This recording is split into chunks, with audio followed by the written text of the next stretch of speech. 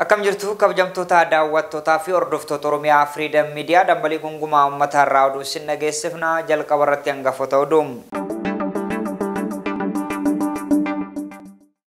Soomni guddaan hordoftoota amantaa Ortodoksii Waloomaa fi hordoftoota amantaa Islaamaa Ramadaan irra eegalee jira. Raayyaan ittisa biyyaa ergaa waraanni Tigraay walii galtee xumuree booda keessattuu baatilee jaan darbaniif waraana bilisummaa Oromoo kan WBO irratti tarkaanfii cimaa fudhataa jiraachuu ajajaa waliigala raayyaa ittisa biyyaa Fiild Maarshaal Biraanuu Juulaa dubbatanii. Itoophiyaa waggoottan shanan dhufanitti humni elektirikaa Afrikaa kibbaaf dhiyeessuu karoorsuu ibsitee jirti.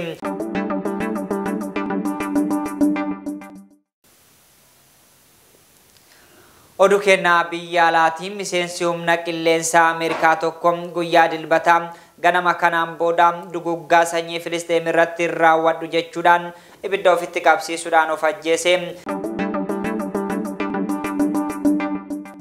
Oduu sin dhageessisuun keessi wajjin turan Jibriil Muhammadii amma oduu bal'inaan.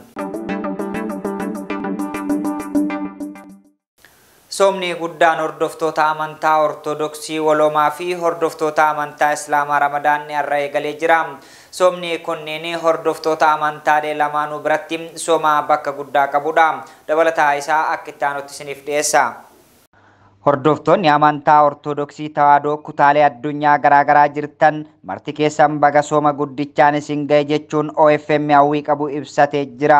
Soomni kun yookaan soomni Faasikaa sooma ji'oota lamatti siquudhaaf soomamuu fi sooma isa guddaa hordoftoota amantaa kanaati. Hordoftoonni amantichaa yeroo soomanaa kana nyaataa fi dhugaatii ammeenyaa fi waan badaarraaf qusachuudhaan kadhannaadhaan dabarsu.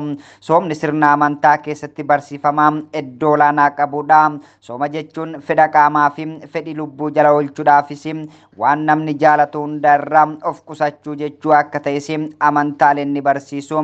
Jaalala Rabbii barbaachaa fi waan lubbuun feeti dhiisuun ta'uusaas barsiisaa jira. Jaalala Rabbii barbaachuudhaaf waan lubbuun feetu dhiisuu ta'uu barsiisa.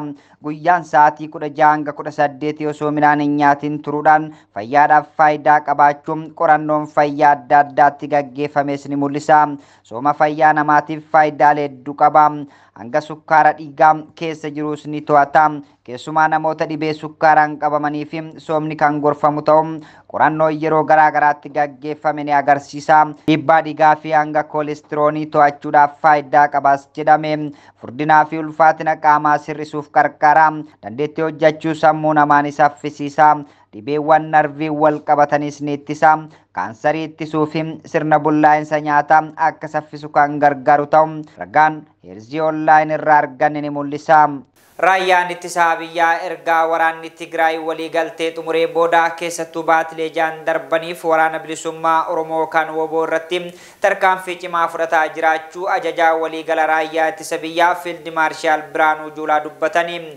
Fiild Maarshaal Biraanuu Juulaan gaaffii fi deebii EBS waliin taasisanii marii marsaa lammaffaa mootummaa Itoophiyaa fi waraana bilisummaa Oromoo jidduutti Taanzaaniyaatti gaggeeffame irratti gama waraana bilisummaa Oromootiin gaaffileen sirna heera mootummaa fi mootummaa amma jiru diiguu dhiyaachuu isaaniitiin waliigaltee malee goolabamuu ammallee marii marsaa sadaffaadhaaf qophii ta'uu isaanii himanii jiru.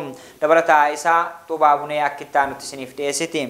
Baatilee jahan kana keessatti WBO'n sadarkaa gaariirra hin jiru. Tarkaanfii cimaa fudhachaa jirruun cinaatti ammoo rakkoon jiru nagaadhaan akka furamuuf qooda mataa keenyaa taphachaa jirra. WBO'n dirree waraanaatti injifatameeyyuu ilaalchi isaa hanga jiraatetti ammallee mariin marsaa sadaffaa godhamee nageenya akka dhufu otoo godhanii gaariidha jedhan. Qormaata biyyattii mudachaa jiru keessaa inni ijoo qaamolee hidhannoo qabatanii socho'an waliin walqabata kan jedhan qondaalli waraanaa olaanaa kun sochiin qaamolee fedhii isaanii hidhannoodhaan mirkaneessuu barbaadan biyyattii irratti balaa diigumsaa danqeera jedhan. Humni raayyaa ittisa biyyaa kutaalee biyyattii garagaraatti tarkaanfii fudhatuun dirooniidhaan uummata nagaa haleeleera jechuun himata dhiyaatu ilaalchisee gaafii dhiyaateef uummata dirooniidhaan rukunnee hin beeknu nuti qorannoo irratti hundaa'uun farreen nageenyaa hidhatanii fi qindaa'anii socho'an irratti xiyyeeffanna malee uummata haleellee hin beeknu jedhan. Itti dabaluun dirooniin keenya shanee yookiin ammoo jawwisaa irratti xiyyeeffata malee uummatarra kan bu'u miti, uummanni Oromoos ta'ee Amaaraa kana ni beeka jedhan. Fiild Maarshaal Biraanuun dhimma Somaaliyaa ilaalchisee yaada isaanii yeroo laatan biyyi Somaaliyaa walakkaa ol nageenyi ishee kan eegamu raayyaa ittisaa Itoophiyaatiin ta'uu eeruun mootummaan Somaaliyaa nagaadhaan Moqaadishoo kan taa'u raayyaa ittisaa Itoophiyaa waan achi jiruufi jedhan. Itti dabaluun raayyaan ittisa Itoophiyaa osoo boru Somaaliyaa gadi dhiisee bahee mootummaan federaalaa Somaaliyaa waan Moqaadishootti hafu natti hin fakkaatu jedhan.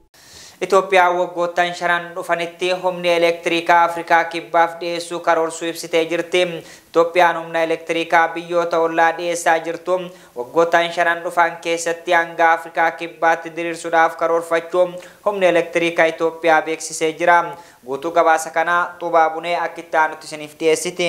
Itoophiyaan waggoota shanan dhufanitti humna elektirikii Afrikaa kibbaaf dhiyeessuuf karoorsuu ibsame. Itoophiyaan humna elektirikii biyyoota ollaaf dhiyeessaa jirtu waggoota shanan dhufan keessatti hanga Afrikaa kibbaatti diriirsuuf karoorsuu humni elektirikii Itoophiyaa beeksiseera. Hanga ammaatti biyyoonni ollaa Itoophiyaan humna elektirikii itti dhiyeessitu Suudaan, Jibuutii fi Keeniyaa akka ta'an kan gabaase dhaabbanni Pirees Itoophiyaa waggoota shanan dhufan keessatti Afrikaa kibbaaf humna elektirikii dhiyeessuuf karoorri qabamuu daariktara sabquunnamtii dhaabbatichaa Mogas Makonnin wabeeffachuun ibseera. Itoophiyaan humna elektirikii qabdu irraa 90% biyya keessaaf 10% ammoo biyyoota ollaaf dhiyeessaa akka jirtuu fi dhiyeenya kana ammoo dabalataan gara Taanzaaniyaatti diriirsuu akka jalqabamu kan eeran obbo Mogas, kunis galii Itoophiyaan alergii humna elektirikii irraa argattu akka dabalu ibsaniiru. Hanga ammaatti humna elektirikii gara Suudaan, Jibuutii fi Keeniyaatti ergamu irraa galii doolaara miliyoona 100 ol argachaa akka jirtus himaniiru. Oduu kennaa biyya alaatiin miseensi humna qilleensaa Ameerikaa tokko guyyaa dilbataa ganama kanaan booda duguggaa sanyii Filisxeem irratti raawwadhu jechuudhaan ibidda ofitti qabsiisuudhaan of ajjeese. Dargaggeessi miseensa humna qilleensaa Ameerikaa umriin isaa waggaa 25 Aaroon Baashnileen akkuma uffata dambii isaa uffatee tureen ambaasii Israa'el Waashingten DC'tti argamutti qajeele. Erga achi qaqqabee boodaas immoo ofitti ibidda qabsiisuudhaan hanga lafa dhahutti Filisxeem bilisanii baati jechuun iyyaa ture. Dabalata isaa akka itti aanutti isiniif dhiyeessa.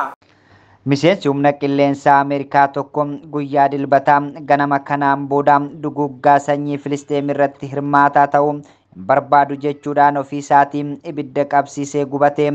Dargaggoon miseensa humna qilleensaa Ameerikaa umriin waggaa 25 Aaroon Baashneeliin akkuma uffata dambii isaa uffatee turetti ambaasii Israa'el kan Waashingten DC'tti argamutti qajeele.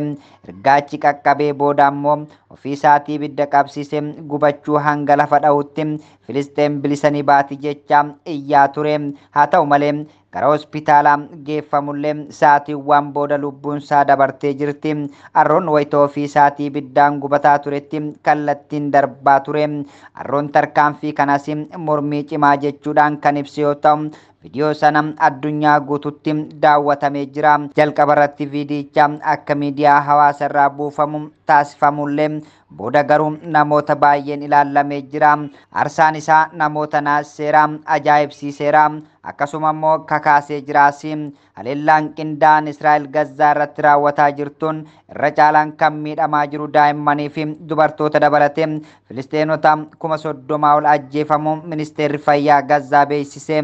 Namoota hedduu Ameerikaatti haleellaa walitti fufiinsa Israa'el Gazzaa irratti raawwataa jirtu mormii isaa jireenya Aaroon yaadachuudhaaf shaamaa qabsiisanii jiru. Aaroon miidhaa Filisxeemota irra gahaa jiru mormuudhaaf ofii isaatii gubuun hiriyoota isaa dabalatee namoota hedduu naasee jira. Aaroon Bushneel bara 2020 hanga dhuma bara darbeetti buufata humna qilleensaa Laaklaanditti ramadamuudhaan bakka jireenya isaa San Antooniyoo Taaksas taasifatee ture. Falmitoonni mirgaa achitti isa beekanii fi hawaasa biratti duutii isaa naasuu olaanaa akka uumte dubbatanii jiru. Jalqaba irratti naasuu fi gadda olaanaatu natti dhagahamee ture. Dhimmaati tajaajiltu xiyyeeffannaa akka argatuu fi tarkaanfii filatamaa kana akka ta'e itti dhagahamaa ture jedha. Meeshaan Askaamilaan kan Aaroon dhiyeenya kana beekuu fi sirna Aaroon yaadachuudhaaf paarkii San Antooniyoo keessatti raawwatamaa ture irratti dubbate. Tarkaanfii kana filachuun baay'ee cimaadha. warra Filisteemiif dhiphataniif gaddaniif haallichi fudhatama cimaadhaas jedhee jira. Sirna dungoo ibsu sanarrattis Filisteenonni dabalate yoo xinnaate namoonni 200 ta'an argamanii turan.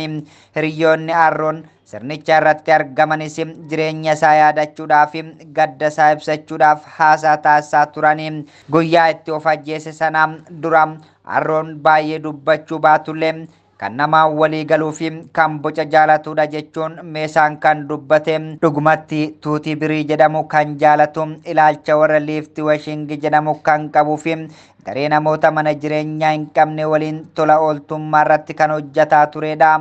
Miseensi humna qilleensaa Arroon adurree sukkar yookaan sugar jedhamtu qabaa ture.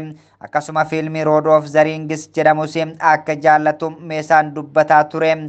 Moonkan jedhamu hiriyyaa gara biraa Arroon waliin kan wal baran yeroo hojii tola ooltummaa irratti hirmaatan yoo ta'u, Arroon kanaan ibsu nama cimaa kaayyoo qabu ta'uudha jedheeti jira. Viidiyoo jireenya isaa dhumaa arguun baay'ee cimaa ture jedha. Sirna dungoo ibsuu irratti kan argamte qindeessituun lammii Filisteen Saaraa Masuud du'a Arroon dhugumatti baay'ee gaddisiisaadha jettee jirti. Gocha naasisaa Arroon raawwate haalli gaddisiisaan akka ofiisaa ajjeesuuf kakaasee rogeeyyii hedduu biratti mata duree marii ta'uu qabaas jettee jirti. Arroon anaarkistii ture. Sadarkaalee aangoo fi garaagarummaa hundaa karaa seeraan diigamuu akka qabu dhibba tokko barreessaa tures jetti. Yeroo sana Antooniyoo keessa jiraataa ture.